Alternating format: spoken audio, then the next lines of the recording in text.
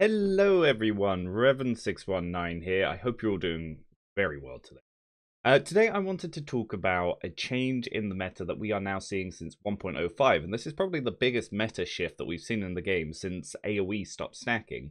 But however, since then, Sacred Ground stacking has come back. I don't know if they're going to try to remove that at any time soon, but for now, we're seeing healing stacking, but we're not seeing damage stacking.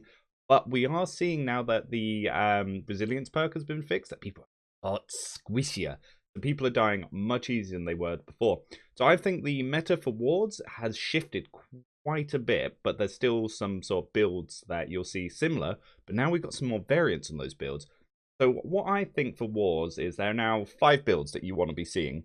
First one, Sword and Life Staff. So you want them to have their tower shield, you want them to be on point, and you want them to also be able to do healing. The second one is Life Staff and Great Axe. So this one is going to be your primary healer, who's probably going to be a little bit more off point or moving around point. And they're also going to be using Gravity of the Great Axe to cause CC to try and stop rotations. So those are going to be your two sort of healing variants. We're suggesting against Ice Storm variants because they don't stack, so it can cause issues. But if you still want to use Ice Gauntlet, then maybe you can. But it's not one of my recommended, but it is a third option that you can there. Then we're going to have sort of 2 DPS sort of builds that you're going to want to see more, which is the Gravity, Great Axe, and Hammer. Their main job is going to be to spam CC. They're going to be stacking people up with Gravity well. They're going to be using Path of Destiny on cooldown. They're going to be trying to hit people off point with Sundering Shockwave.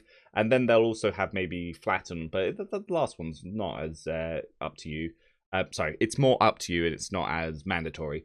The other one that you'll want to be seeing for DPS is Maelstrom Great Axe with Hatchet. This can do a lot of damage, and it's going to be how you get all your AoE damage now that the Ice Gauntlets don't stack. And the last build that you want to see is Firestar Ice Gauntlet. Firestar Ice Gauntlet, much weaker than Melee this patch. Much weaker. The burst that you have by comparison is you're 3 times more effective as Melee than you are with the Firestar Ice Gauntlet. But the reason you're still going to want to be using those is Ice Gauntlet still does put a lot of damage on point, and it puts on, you can get the Rends up from Ice Wall as well. And you obviously the fire stuff, you can be doing a lot of ranged DPS. But the thing that people don't realize, because a lot of people are still using burnout, burnout bad. Use incinerate. Incinerate ignores the block of tower shields, so you'll be able to half health a tank just by running in and pressing incinerate. You have 2 fire staffs doing this, they instant wipe all tanks on point. So keep that in mind. So let's start looking at some of these builds and going through them. So when talking about the sword build, the one that I have is a more tanky version. The reason we have a more tanky version is you obviously want to be using Defiant Stance, you want to be using a Tower Shield, you want to be using Full Heavy. You're mostly just going to want to be on point, using block, using defensive formation to lower the damage by 30% to your allies. You're going to want to be using Shield Bash with Invigorating Bulwark to try and get your stamina back when your shield's going down. You're going to be wanting to stack all of these defensive perks. And the only reason I put in Whirling Blade is you've got an AoE that can reduce your cooldown, so you can keep your Defiant Stance going as much as possible. This, super important, and it's what I highly recommend. And then you pair this with a Life Staff, so we will go over to here. Now, this is the main healer Life Staff version, where we've got 2 points into Light's Embrace and Inspire. For your tank version, I suggest you put them into Orb of Protection and Protector's Blessing, so you can shoot that under yourself, and that AoE will give you well, more fortify. It used to be that if you shot it in a line, everyone that it hit would get it, not just where the orb ends, but now it's just where the orb ends. Basically, you want to run on point, drop Sacred Ground, drop Beacon, orb protection yourself with these 2, and then you're just going to want to be tower shielding up and just being on point. You're the guy that's on point. And then when you see opportunities to do damage, you're going to start hitting, you start using Whirling Blade, you're going to be using Shield Bash. But mostly you're the Bug Zapper. The Bug Zapper attracts all the flies, and then someone else is the one that actually zaps. So this is what you're going to be doing for that. We'll talk about the builds that are actually going to be zapping the bugs rather than the ones that are just bringing them to the light. The second build that I said was Life Staff Great Axe. So the Life Staff, you be using the one that you'd normally use. I like having Light's Embrace on this version because if you're going to be primary healer, it's nice to be able to top off people in your group. You want one of these in each group, so they'll be able to look at individual members, get their health up. So it's very good for keeping your tanks alive. Obviously, if you change the version, so if you have someone who's got all the way up to Speed of Light, this beacon will now stack with the one that only goes up to Radiant's Blessing. I'm not sure if all versions of Sacred Ground stack, or if it's just different versions of it. This will need more testing for me. But from what I understand, in 1.04, all of them were just stacking. Just all of them all the time. I'm not too sure in 1.05. I haven't done the testing yet. But that is something that you want to look into. But this is the second one you want to use. The Great Axe build that you want to use with that, I've got it going into Maelstrom, but this is for the other one. But for now, you'll probably want this version to go with your life staff. So you'll go here, here, here, and here. And this is what you'll have with your life staff. And this will be what will cause a lot of stuff to be interrupted.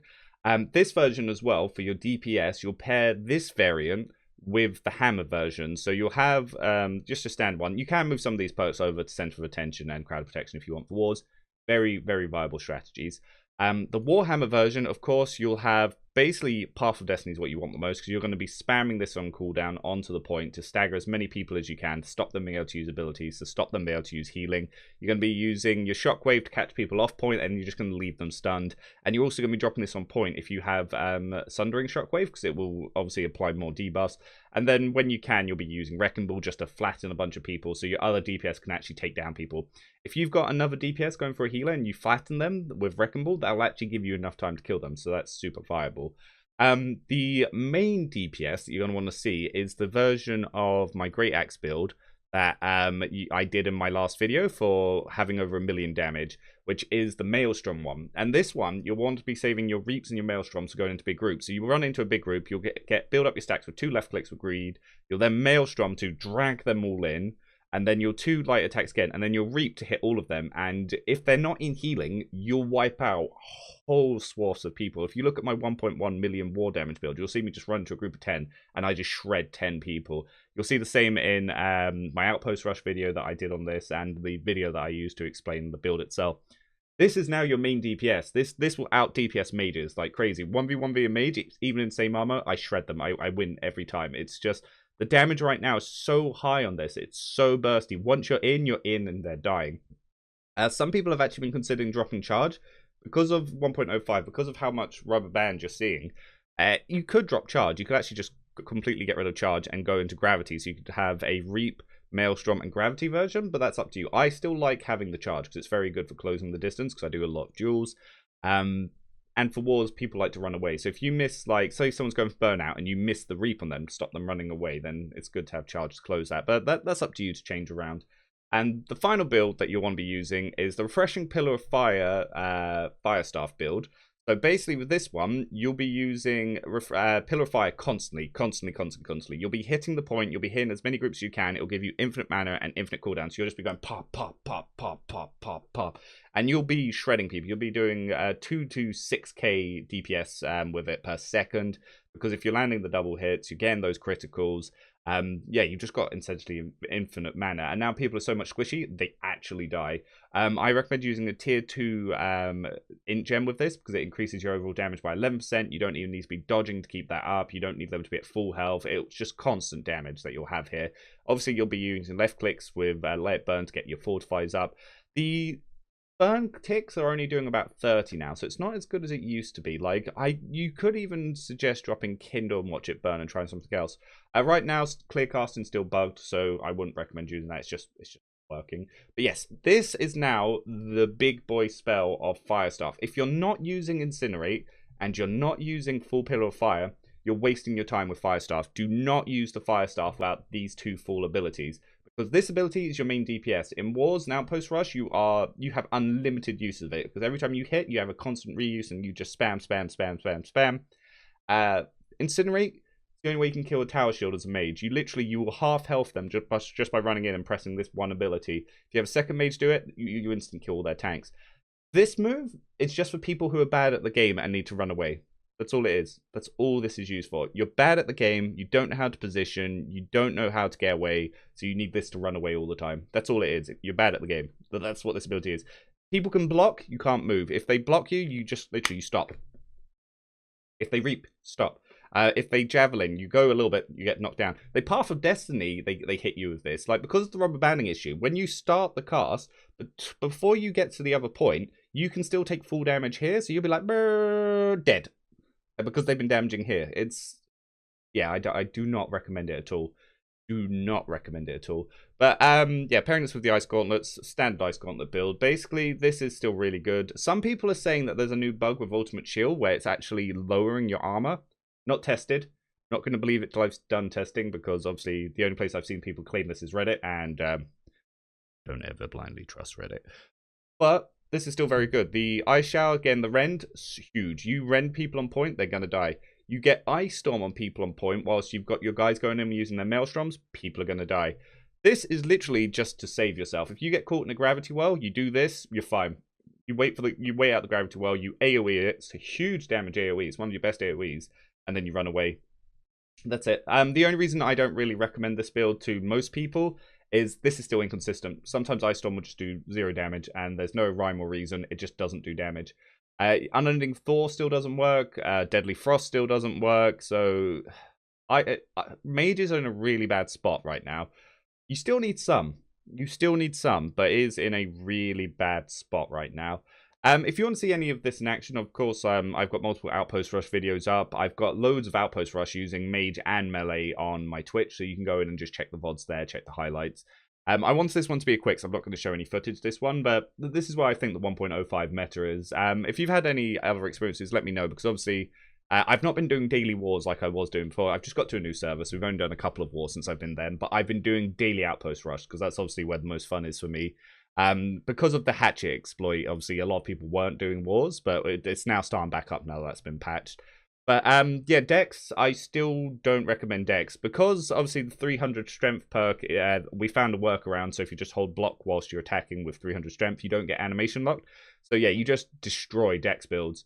Rapier's just for running away. That's all it is. When I see a Rapier, I see a free kill, but I know he's going to make me work for it. He's going to run away. Bow can do a lot of damage. I'd say you could even drop Poison Cloud and then go into Rapid Shot, or you could even drop Evasive Shot and go into Rain of Arrows. You can do a lot of DPS, but unless you're doing PvE in Outpost Rush or in Invasions, that's all Bow's really good for, in my opinion.